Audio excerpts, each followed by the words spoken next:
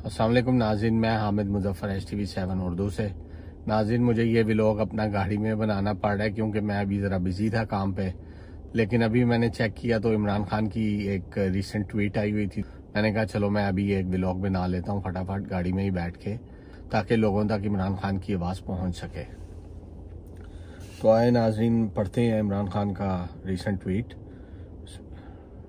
साबिक वज़ीर आज़म इमरान खान की अडयाला जेल में वकला और मीडिया से गुफ्तगू। उर्दली हुकूमत खौफ का शिकार है, इनको मुसलसल डरावने ख्वाब आते हैं। इनका पहला डरावना ख्वाब इनके असाब पर सवार इमरान खान और इसकी रिहाई का खौफ है। दूसरा डरावना ख्वाब यह है कि फार्म 47 का कच्चा छठा ना खुल जाए।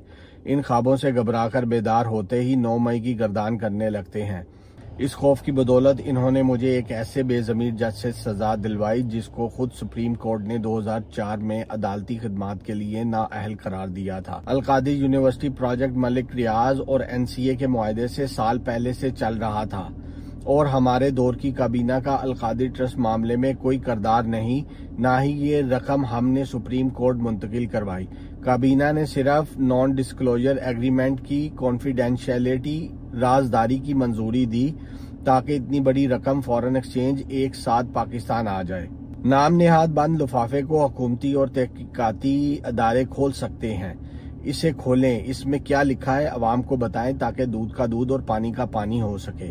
जुल्फी बुखारी ने इस केस में वीडियो लिंक या सफारत खाने के जरिए पेश होने की दरख्वास्त की थी, क्योंकि अगर वो पाकिस्तान आते तो इनको अदालत तहफ़्फ़ुज़ न देती और बाकियों की तरह इन्हें भी गिरफ्तार या अगवा करके तशद्दुद किया जाता। जुल्फी बुखारी के घर पर गैर कानूनी छापा मारकर तोड़ फोड़ की गई, खानदान को हिरास किया गया और डीलें ऑफर की गईं।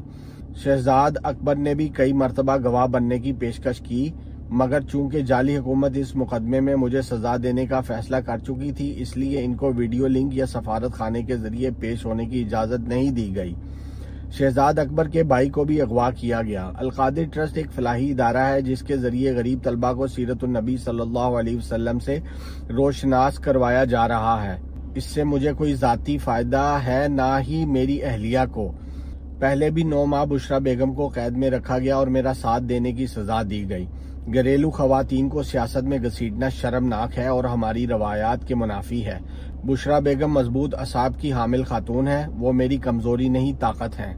ये मुझ पर जितने मर्जी मुकदमात बनाए, मैं नवाज शरीफ या जरदारी की तरह डील के जरिए नहीं बल्कि अदालतों का सामना करके इंसाफ की ताकत से जेल से बाहर आऊंगा इंशाल्लाह। इनसे डील पर मैं जेल में रहने को तरजीह देता हूं। मेरे मुकदमात या रिहाई का हुकूमत या किसी से भी होने वाले मुज़ाकरात से कोई ताल्लुक नहीं। मुज़ाकरात का अमल अगर सैबोटेज हुआ तो इसकी वजह हुकूमत की गैर संजीदगी और जुडिशल कमीशन का क़याम न करना होगा। हमारे जो लोग शहीद हुए, इनकी तरफ से हम पर दबाव है, वो इंसाफ के मतलाशी हैं।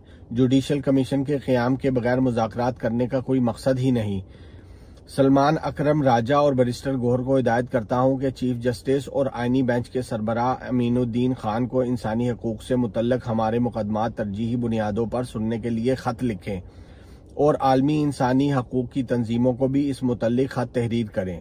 अली अमीन गंडापुर एपेक्स कमेटी को खत लिखकर शहबाज शरीफ के लगाए भोंडे इल्जामात का जवाब दे। हम किसी से कोई रियायत नहीं मांग रहे, सिर्फ कानून के मुताबिक इंसाफ मांग रहे हैं। 26वीं आईनी तरमीम के बाद अदलिया का जो हाल हो चुका है वो काबिल अफसोस है। सुप्रीम कोर्ट में आज जो हुआ वो इस तरमीम का नतीजा है। नामुकम्मल असम्बलियों से होने वाली कानून साजी बुनियादी हकूक से मुतसादम है। हम अदलिया पर दबाव और इनके अहकामात हवा में उड़ाने की मजम्मत करते हैं। जिस मुल्क में निज़ाम इंसाफी जंजीरों में जकड़ा होगा, वहाँ किसी और को क्या ही आज़ादी मिलेगी। तो नाज़रीन, ये था इमरान खान का एक बहुत अहम पैगाम जो उसने अपनी आवाम और पाकिस्तानियों के लिए दिया है। तो मेरी आप सबसे गुजारिश है कि इमरान खान साहब के पैगाम को दुनिया में हर जगह पहुंचाएं। इस वीडियो को ज़्यादा से ज़्यादा शेयर करें ताकि इमरान खान की आवाज़ और लोगों तक भी पहुंच सके और उन्हें पता चल सके कि हमारा लीडर इस वक्त क्या कह रहा है। तो नाज़रीन, मेरी आपसे गुजारिश है, अगर आप मेरा व्लॉग देखते हैं तो काइंडली इसको सब्सक्राइब करें, शेयर करें लोगों के साथ। मैं हामिद मुजफ्फर HTV7 उर्दू से मजीद ऐसी ताज़ा तरीन खबरों और अपडेट्स के लिए हमारे चैनल के साथ जुड़े रहें। तब तक के लिए अल्लाह हाफिज़। अस्सलामु अलैकुम वरहमतुल्लाहि वबरकातुहू।